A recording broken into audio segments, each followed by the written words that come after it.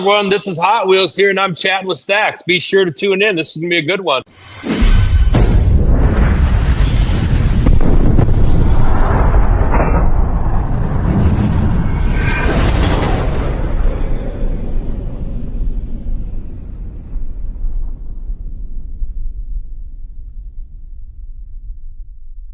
Welcome to this episode of Chattin With Staxx. I'm your host, Bill Staxx, and today I got Hot Wheels.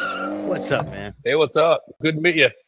Thank you for joining me, man. I appreciate it. You're welcome. Thanks for having me. Yeah, no doubt. You were in Sturgis. Yes, I was. What an amazing place that is. How many times have you been to Sturgis? This is my third time at the rally, my first time working the rally. What has your experience been like over these years going to Sturgis, and has it been different throughout the years? Well, my first 2 years at Sturgis, I stayed in Rapid City, kind of far away from the main attraction, so to speak. And it wasn't the same experience I had this year. This year, I stayed right in Sturgis, right on the main drag, and got to meet a lot of awesome people from all around the world. And I'll never miss Sturgis again, I'll tell you that. You were driving a bus too, right? Yeah, I got Hot Wheels Transportation Service. This was our first year out at the rally. We did quite well. I did a lot of groundwork and, putting stickers everywhere and getting cameos by lots of different people. Mickey Cohen, Cliff Mateus, Red Rum, several bands. And they're all great people. I was nervous to approach them and ask them, hey, will you do a shout out for my party bus? But they all agreed to it. And a lot of good people out there. Yeah, that's cool to have down-to-earth people that are willing to work with you, right? Right. And, I was so nervous to approach Cliff. He was surrounded by his men I think we're at the Knuckle, and I was very nervous to approach him. But after, I stood aside and respectfully waited for them to ask me what I needed, and he was much obliged to do a video with me. Good people. Yeah. Shout out to Cliff. They're very good people from what I've met of them, and I like what they're doing, and, keep up the good work there, Definitely. So where were you born and raised? I was born in Minneapolis, Minnesota. I was around the bike life my whole life. My dad rode with the was down there, and, I remember have memories of that when I was a kid, some good, some not so good. Our door getting kicked in by the feds several times, and my dad had a bunch of parrots, and apparently they were stolen parrots. You cut off. My dad rode with the HA. Oh, yeah. My dad rode with the HA. That's what I grew up around in Minneapolis there. And it was a good upbringing, a lot of memories there, You said he had a bunch of parrots? My dad did put in a lot of work, let's just put it that way. And one day he came home with several parrots. And one night he came home with like 20 or 30 arcade machines. But the parrots I remember specifically because I taught one of them how to speak, and I was bonding with the parrot, and then bam, the feds kicked in our door and took all the parrots. Oh man! And did your father end up doing time? Yeah, he did time in Stillwater. My mom told me stories about how they used my diaper to bring in many items. Oh man! So you were entrenched into the outlaw culture at a young age. Yeah, yes, I was. Fortunately, my dad passed in '89 from a speedball overdose, and rest his soul. I've kind of been out here doing it myself ever since. And in the MC community, I did find some guidance that I was looking for, if that makes sense. I'm sorry for your loss, man. Thank you. So, when did you get your first bike? I got my first bike about 8 years ago. Mary Jane the Mistress, highly customized Sportster. And at one point, I fell on hard times. I had to sell that bike, and I had dreams about that bike. I had nightmares. I'd wake up sometimes wanting to walk to my garage to get on my bike, and it'd be gone. Then one day I was just on Facebook Marketplace, and there it was for sale, just a few blocks down the street. And you I bought it back as fast as I could. Yes, I did. I'll never sell that bike again. I own 2 Harleys now, the Mistress and Little Sexy. That's awesome, man. You ended up getting it back. Yeah, I had to purchase that. I brought it straight down to Harley and got a 1275 hammer kit put in it, and she's a mean girl. some people shit on Sportsters, but I think they're cool. And a lot of people, you can get a lot of different parts for them pretty easy. Yeah. A lot of people do shit on Sportsters. They must feel insecure about their manhood or something, because this whole thing started on Sportsters. You know what I'm saying? A pedal bike and make it look cool, man. Right, yeah. It's all about the attitude on the machine, you know? Yeah. But yeah, the Mistress I ride my Sportster, gets way more looks than my dresser bike does, I'll tell you that, because it's got a neon green frame, and yeah, she's called the Mistress for a reason. Hell yeah. So how did you get reintroduced to motorcycle clubs after your father? Well, I did many years in juvenile prison and adult prison. You know, I started a riot in the juvenile penitentiary. I started a riot in the adult penitentiary here in Springfield. And I got out, and first 2 times on parole, I made it about 20 days each time, picked up some new charges each time. And the 3rd time on parole was the charm. I went out and rented a lawnmower from Rent-A-Center, started my own business. That was, 13 years ago now. I still have that company. You know, I learned how to hustle in prison. I learned how to run a store by selling commissary, and, you know, running a business in the prison taught me quite a bit about how to run a business out here. You know, it's the same thing, just you do it all legal, you know. Got to pay taxes out here. It's pretty crazy that you took what you learned in prison and brought it to the street. A lot of people don't do that.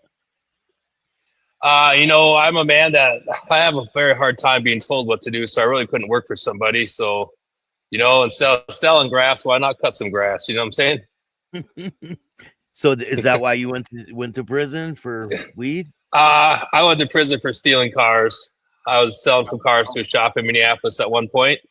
You know, I used to be heavily involved in that criminal lifestyle, I guess. That's what I grew up seeing.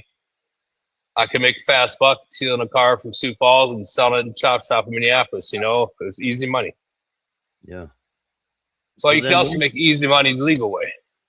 100%. If you put the work in, you can make a good living.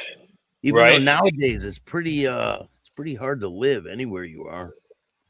Yeah, money's tight for a lot of people. You know, same with me. I have to pay taxes. I have to pay my employees' wages. There's a lot of stuff. Everyone thinks you own a small business. It must be nice, but it's a lot of stress as well. Yeah. So you start your business, and so how do you get introduced back to the motorcycle clubs? Like I said, I bought the Mistress a few years ago. I didn't get very serious into riding then. I was doing other stuff with my life then. Then I got the Mistress back, and I met up some people on a local riding page. I think it's called Sioux Falls Harley Riders.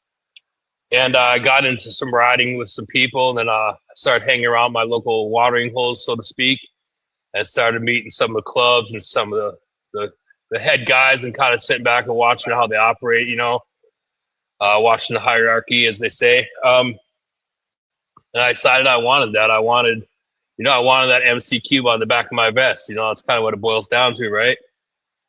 And that's a cube that doesn't come lightly, and you got to earn that cube, and you got to take that cube seriously and treat it with a lot of respect, you know? Did you have a family and all that at the time?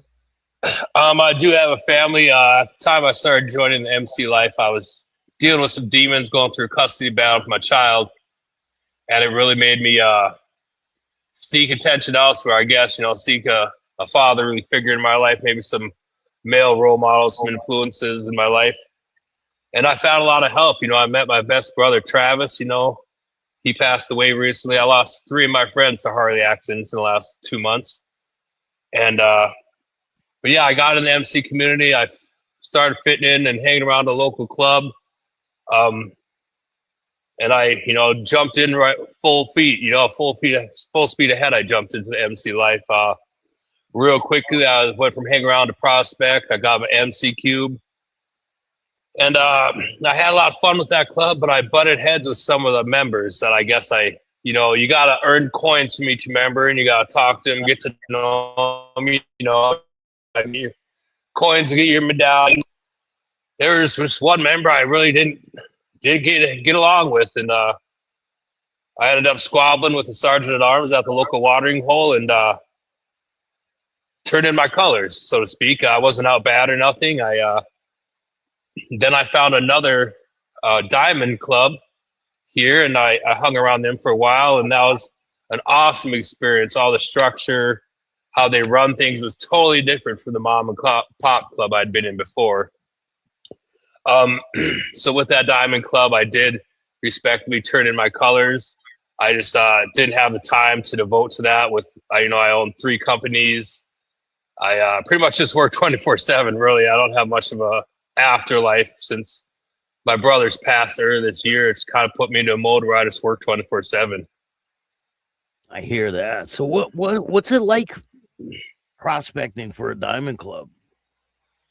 Well, I did make it to the prospect phase. I was in the hang around phase, but I'll tell you, it was run really well. I like the structure. I like some of the aspects, but one of the aspects I didn't like is I felt like I couldn't be myself. Like, I'm a very loud, outgoing, let's make some jokes kind of person.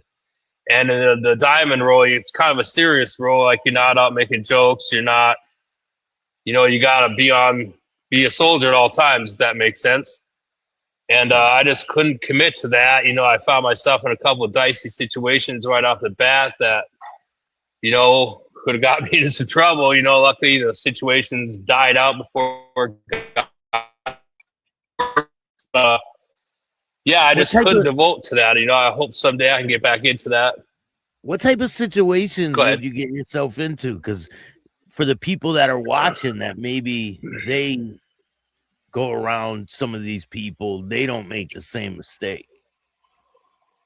Well, just know that when you join any club, that's an oath that you take. You swear an oath to that club, so to speak. And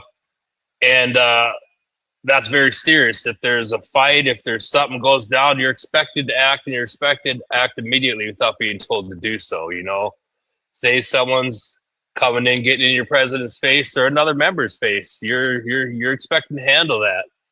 And there's a couple of situations where I had surrounded some people, let's just put it that way, and things should have gotten very serious very fast, but those people chose to apologize and walk away, if that makes sense.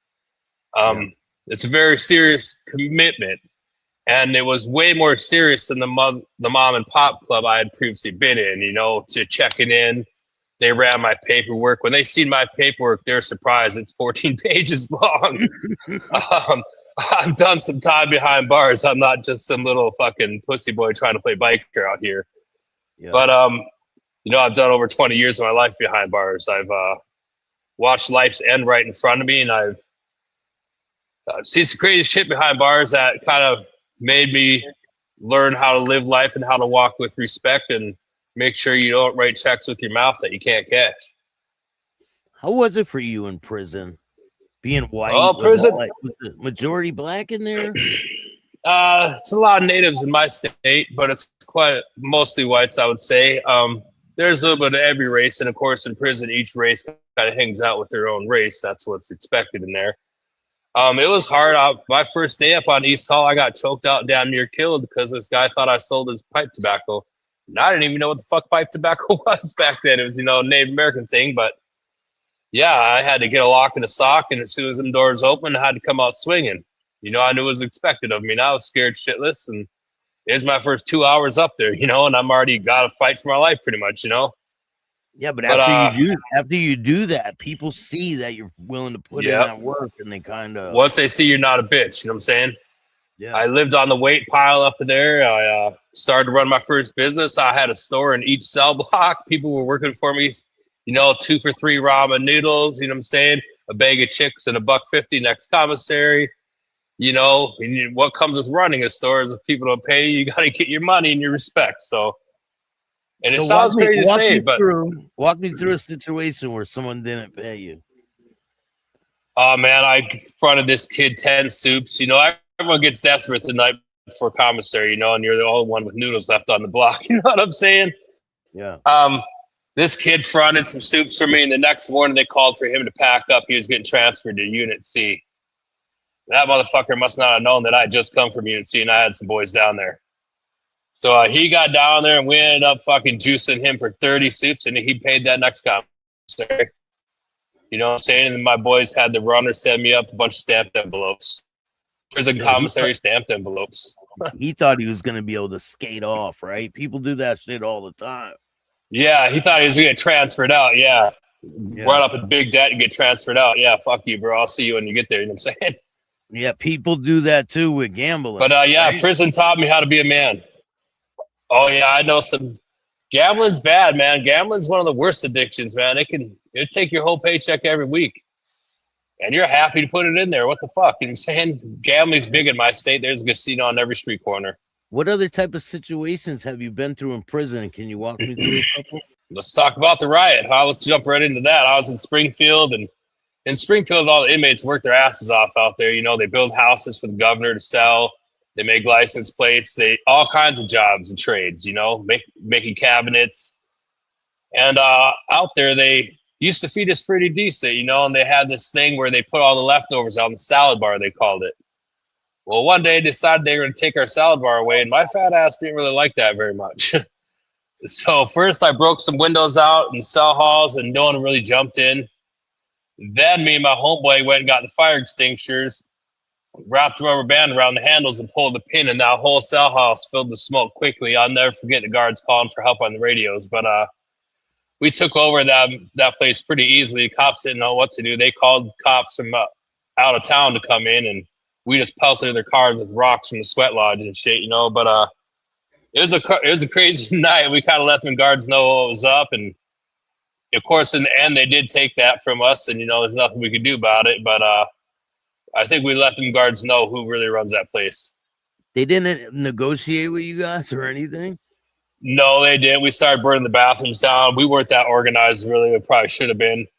But they got hundreds of kites about me. Let me tell you what, they were snitching on me left and fucking right, man. They put me in ad seg. Yeah, they put me in the hole for a year. Then they put me in ad seg, which is death row, for 6 months. Yeah, I was locked down for a while after that. Wow, that sucks, man. I used to go to prison when I was real young. I went and spent a lot of time in and out, you know, juvenile hall and all that shit. Same. Yep. Juvenile hall, juvenile prison. They called it Plankinton here, and then I was up on the hill. It's a little different here, though. There's a lot of minorities here on the East Coast, and I was like the only white boy on the block, so it was. I'm sure that was hard for you. I'm sure you had to put in some work, you know what I'm saying? 100%. They don't let you slide through, you know? Right. My experience here was I was fighting from day one. Did you ever see anybody like a white kid come in that you felt bad for? Maybe you stuck up for him? Man, I seen this one kid, man. He came in and he was claiming every different gang, bro. He'd be throwing up different sets on the yard every day.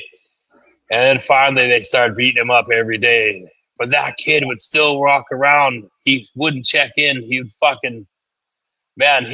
a new black eye every day. But he didn't check in. I'll give him props. He kept on going, man. But I see some guys have some real hard runs at it. Prison's what you make it, just like everything else in life, you know? If you want to get involved in the politics and get all involved in that shit, be prepared to handle what comes with it. If you just want to sit in the pod and check in, you know?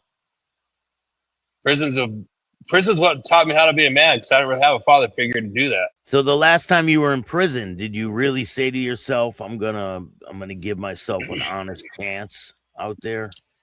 I guess I didn't say that. What happened for me was I got a kid, so that I was went to jail. I think about a year or two ago, they got me for some tax charges. I had to do 30 days in jail. I had to pay $20,000 in taxes, but I paid that off in cash, and they were quite surprised. But they put you in prison for taxes? Oh yeah, I was on the front page of my local newspaper, except for they printed it in the wrong county. But for not paying my business taxes on one of my old companies. They were trying to throw 50 years at me for not paying my taxes. But I ended up doing some jail time, some probation, and the probation stipulation was that I paid off the back taxes. So I brought $20,000 cash down to the courthouse, and after they're all done counting it, they had to let me off paper. And I could tell they were pissed off that I had that money to pay it. They were trying to put me through treatment. Yeah. Through treatment? I still couldn't. Yeah, I couldn't pass a UA for weed. I smoke weed heavy. I love my weed. And I'd been on probation for like 4 months before I got the money to pay it off. And I still couldn't piss clean. And he thought I was still smoking, but I fucking wasn't, you know? Yeah. And when I got that money, he was like, oh, okay, you're a free man. You could tell he was pissed, though, because he was trying to control my life, and no man can control my life. They're assholes, too, man. They try to keep their thumb on you the best they can. Oh. And once they have to release that thumb, they're not happy. Bro, one time I caught a dirty urine, and I was sober. I was like, same. I'm clean. I came up. Yeah, I pissed off for meth one time. You don't sign this paper and say you did it, you're going to prison right now. Yeah, same. I pissed off for meth, and I was like, look at me, I'm fucking fat as fuck. You think I do meth? I smoke weed, bro. That's what I do. And they were yelling at me, bitched at me. You're going back in. We're going to violate you. Then the next piss test, they were quiet as fuck. I was like, I told you, look at me. I'm fat as fuck. I got my teeth. I ain't on meth. You know what I'm saying? I like to eat my snacks and go to bed at night. After you're hanging around this 1% club, is there any crazy situations that happen while you're around them? Around them, I learned about structure and hierarchy, and they were way more serious than the mom and pop club. Yeah, there's just one situation where a guy kind of got friendly with a lady that he shouldn't have, and luckily that guy apologized profusely and walked away from that situation, you know? But I have nothing but respect for that club, and I hope to someday join the ranks again. But I'm just doing so much with my life. You know, I've been gone for the last 15 days out in Sturgis driving my party bus. I got a lawn care company. I got a store where I sell Hot Wheels. That's why they call me Hot Wheels. And I'm all over the local news right now for my blessing box being destroyed. You know, one thing I've learned about social media is that people will take a 5-second clip and think they know your whole life, your whole world, and everything about you, you know? I got a lot of haters on my socials right now. Let's put it that way. Tell me about the blessing box being destroyed. Well, 8 years ago, I opened up my store, 605 Diecast. I sell Hot Wheels. That's why they call me Hot Wheels. You know what I'm saying? And we got a blessing box. It's been out there for 8 years now, and really feeds a lot of people in my local community. You know, we stock it. Now it's self-sustaining where the community fills it themselves. And, you know, I released part of the video, and a lot of people are waiting for release of the rest of the videos, but I've been so busy I can't even keep up on social media with all the comments and everything. But this lady was having a mental health breakdown, and she took a golf club and started destroying the blessing box. And you can hear her saying, you know, I just want some damn food, and she's smashing the box. And she put a Hot Wheels in one of the lights, and yeah, so obviously she's having a mental health breakdown. Since then, we've rebuilt the box. It's back. It's got new lights on it. It's been completely repaired, and I didn't do any of the work. The community did, and that's what's so awesome about my community. So was there a lock on it or something? Was she? No, like... it's like a wooden box that's open 24 hours a day, and people, you know, leave what you can, take what you need, type of thing. You know, yeah. If you can put some food in there, good. If you can leave something, you do, right? Yeah. You know, who am I to judge who's hungry and how much of what they need, right? So there's some people that come, they empty that box. You know, they take everything out of there, and they probably waste some of it. Who am I to judge them, though, right? I just don't want no one to be hungry. And right now we start putting Hot Wheels, and then we got a Hot Wheels blessing box as well, so that all the kids can get some free Hot Wheels, you know, if their parents can't afford to come to my store and buy them, you know? That's cool, just man. Just the smile on that kid's face when they open that box up and they grab that Hot Wheel, you know, you see that smile on their face. That's fucking all that I need. I don't need no money. I just need to see that smile once in a while on the kid's face, you know? So this went viral, basically. It was on your local. Oh, yeah. Yep. So what ends up happening? Yeah. Well, I'm a content creator in town here, and a lot of people know me as Hot Wheels, and I film when people steal from my store. I film that, and I film some of the local homeless people across the street.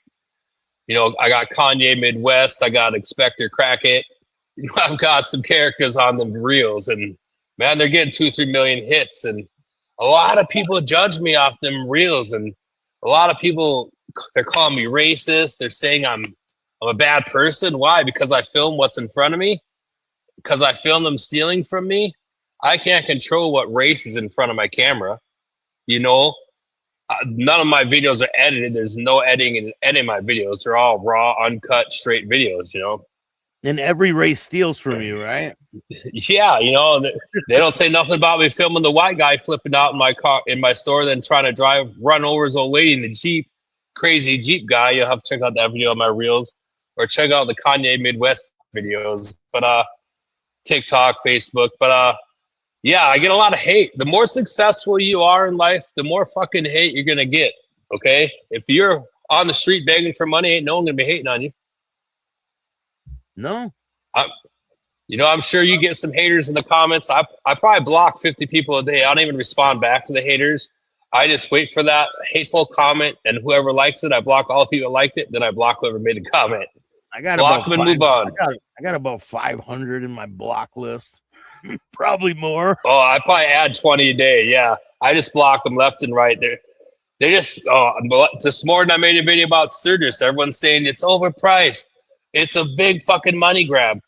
Well, what they fail to realize is Sturgis is what you make it. You can literally get a tent, go to the Black Hills National Forest, and sleep for free in your tent, bring your own food, and only have to spend gas money. Or you can choose to go out of those fast food vendors, go to the Chip, see some concerts. You can choose to spend that money. But I see so much negativity about Sturgis this year. Of course, it was smaller than last year. Last year was the fucking 85th.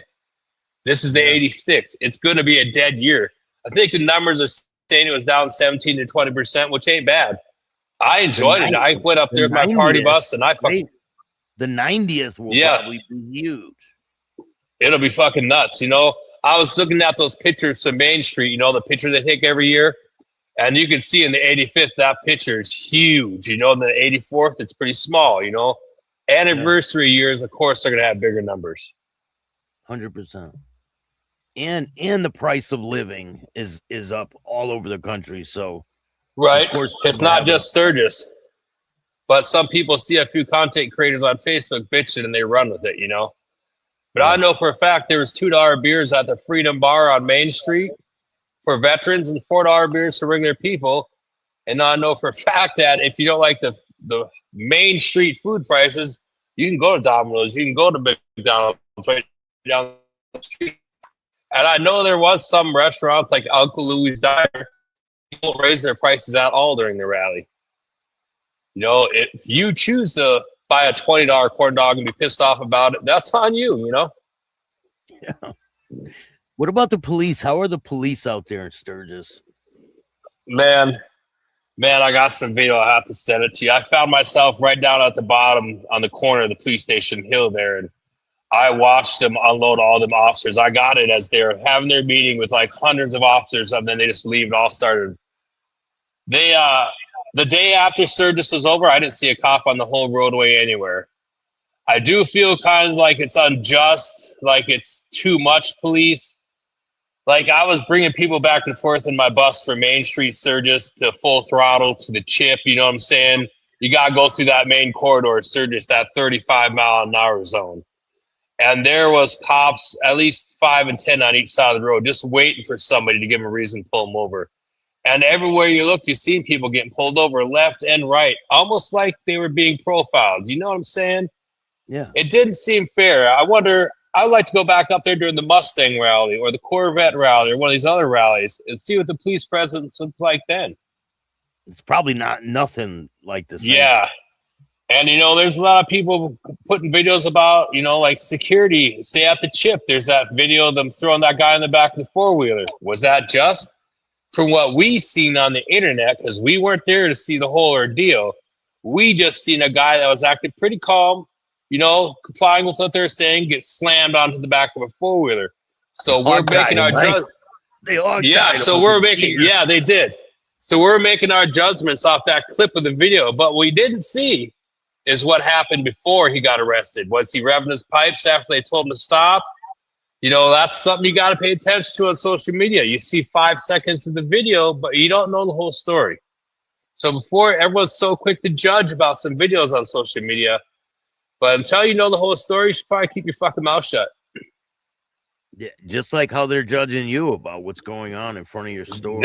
Yeah, for feeding people. I've literally been feeding people for years.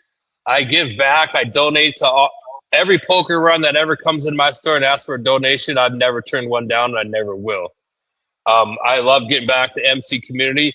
A lot of what people don't see about the MC community, because the news only puts out the bullshit, is how much work the MC community does for our local community. I know hundreds of thousands of dollars are raised each year, between our local MC clubs for Children's Home Society, Boys and Girls Club, all these different organizations. There's a lot of good that comes with the biker community, but unfortunately, good news doesn't sell. That's why you only see the bad shit on the news and social media. If it wasn't for these clubs, Sturgis wouldn't even exist. Right? Yeah, the Jack Pine Gypsies started Sturgis. A lot of people don't do their research on how it actually started and what it's become today. But I can see why it's so big. It's so beautiful. There's nowhere in the country where you can ride and see such beautiful sights and different terrains and landscapes. Devil's Tower, what an amazing sight that was. I was blessed to be able to go there. I hung some of my buddy's ashes from a tree out there to pay respect to one of my fallen brothers that died this year. And it's beautiful country. I can see why so many people go out there. But I can also see why it's getting a bad rap. I did watch. There's some people that don't know how to ride that shouldn't be out there. They don't know how to two motorcycles go per stoplight, if you know what I'm saying. There's a lot of people that got dealer's plates on their bikes and they rode out there and they tried Needles Highway and they found out the hard way that Needles Highway doesn't fuck around. When they say 5 mile an hour switchback curve, they mean 5 mile an hour switchback curve. Yeah. Did you see any accidents while you were up there? I seen lots of accidents, but the most accidents I seen, as crazy as it sounds, was leaving Sturgis on the interstate. There was 2 black Tahoes way off in the field with cops had them surrounded. There was a lady rolled over in a Jeep, looks like a semi ran over, but I did see some motorcycle crashes. I did watch the fire outside of the Full Throttle Saloon. Someone threw a cigarette butt in the ditch, and it started a huge wildfire. That was pretty crazy. But I met awesome people from all over the world driving that bus. I've already got contracts for next year. My favorite clients, I think, were the Australian guys. They'd be like, "Hey, mate, put on some AC/DC."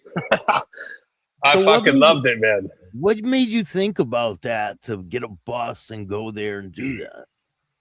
Well, I'm an opportunist, and I try to make money, any way I can. And my friend just happened to have the bus for sale. I wanted the bus for my birthday party. We went to a biker convention in Sioux City from Sioux Falls, and that was really fucking awesome. And then I decided to buy that bus. Then it bankrolled into me going out to Sturgis, and I had some friends that were out there last year. My friend Kara, I really appreciate you for giving me all the pointers out there and, helping me secure contracts. My friend Justin, who put me in contact with Mickey fucking Cohen, riding on my bus. You know what I'm saying? My fallen brother Travis used to send me Mickey Cohen videos every morning. I really feel like my fallen brothers that I lost this year were out in Sturgis kind of guiding me and helping me be successful. I'm not very much of a spiritual man, but I think there's something out there, and I think my brothers are definitely helping guide my success right now. Yeah, and you went out there and did it, and it was a success, right? Oh yeah, I made way more money than I thought I would, and my phone was ringing from shit, sometimes 5 in the morning to 4 in the morning for getting dancers out to the chip to work, or getting dancers to One Eye Jacks, and it was such a vibe on the bus. Sturgis, the vibe cannot be matched. Daytona Beach, anywhere you go, Sturgis is a once-in-a-lifetime experience, and I highly suggest you get down there. I mean, just imagine being at the chip listening to Leonard Skinner right in front of you, what I'm saying, with thousands of other bikers, and their pipes revving in the audience, and you can just feel that shit in your chest. And Sturgis is a vibe, and I'll never, ever miss Sturgis. And Hot Wheels Transportation will be at Sturgis next year for sure.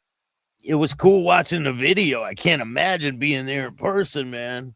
Oh, yeah. The videos are made for Facebook, but there's some videos that got me in a little bit of trouble on TikTok. But, yeah, Sturgis is definitely a vibe. People let loose. People have fun. And I didn't see one ugly bitch the whole place. Nothing but hotties in Sturgis, you know what I'm saying? Was there any fights or anything? Did you witness? Oh, I did see some fights, yeah. One of my videos I was at, Leonard Skinner, man. These dudes are brawling to Leonard Skinner, man. Anyways, at the end of it, there was a fight. My friend kind of had a panic attack. I had to pull her out of the situation and make sure she was safe, because she's my bestie. But yeah, unfortunately, people get drunk. Things happen, But I didn't personally get involved in any fights. I didn't have no one I had to kick off my bus because they're acting crazy. I loved it. I genuinely enjoyed Sturgis. I seen a lot of drama around me. A lot of people getting pulled over, a lot of cops, a lot of men trying to be the toughest man in the room, the biggest bird in the room, I guess. But I didn't have no drama. I enjoyed it. I worked with the Freedom Bar out there. That's who I went out there to represent. And, you know, I kind of parked my bus right in their parking lot there on Main Street and freestyled it when I wasn't busy. And, you know, it really worked out well. I made over 10 stacks out there pretty easily. That's pretty cool, man.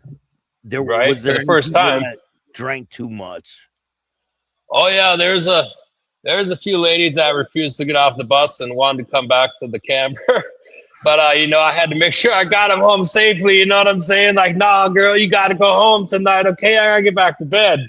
Yeah. But you know, I had some of my good homies out there with me, and some good drivers, so I could get some sleep when I needed it. And next year I'll have an AM and a PM shift. That's what I did learn. I didn't think I needed someone driving in the mornings, but people got to get to work, and you know, people got to get home from their hookup the night before. You know what I'm saying? Yeah. They got to get their ride home. But it was an amazing experience. Next year I'm going to have another bus out there. I'm going to have more crew members, and I'm probably going to have free alcoholic beverages on my bus. I had free beverages this year. You know, everyone else is charging $2-3 of water. I had them free, but next year I'll have my liquor permit. I'm gonna be more of a VIP bus service. Like, you call, we don't do a scheduled route. You call me, you tell me where to pick you and your crew up. I'll pick you up. I'll have drinks on board, and we'll be waiting for you to leave the venue. You know, type of thing. I'm not a shuttle service. I'm an on-call ride service. That's cool, man. That's a big step up from the normal, you know, shuttling people and. Right. Yeah. It was an amazing experience. I didn't have no bad customers. I only had one dancer from One Eye Jacks. You know who you are. She did pay me for a couple rides, but you know, other than that, it was a pretty good place. Hell yeah. So what do you got planned for the future, man? Well, I'm planning Daytona Bike Week right now with Hot Wheels Transportation Service. I'm working on a music video starring yours truly. I did just cameo in a different music video that's out on my Facebook page, Steve Whitman, Hot Wheels. But I want to get in the music game a little bit. I think that could be a fun venue to try, and I want to make Hot Wheels Transportation Service synonymous with Sturgis or any rally transportation. Daytona Beach, Lake of the Ozarks. I want to be at all the rallies. I might be at Biketoberfest this year, so let me know. I'd love to hook up with you. Maybe we could co-create some shit out there. Yeah, man, definitely. Well, I really appreciate you taking the time and coming on my show, man. You're welcome here anytime. Awesome. I appreciate the interview, and let me know when you're ready to do a follow-up, man. Yeah. Maybe I can get you doing an interview and get you on my page. You know what I'm saying? Hell yeah. I'm with it. Is there anyone you want to give a shout out to before we go? No, I'd like to shout out, you know, to my club presidents. Thanks for the guidance you gave me. I really appreciate that. Give a shout out to my family and all my fans that follow me on social media. Without you guys, you know, my story wouldn't be told. And I want to give you a shout out. Thanks for inviting me on your show. It's an honor. Thank you, man. And I'll put the links in the description of this video. Go check them out. Subscribe. Thank you, and I'll see you guys next time. If you like this show, hit the like button, subscribe, hit the notification bell so you can get my videos every time they drop. And if you don't like this show, too bad. Start your own podcast. Right. Peace. Deuces.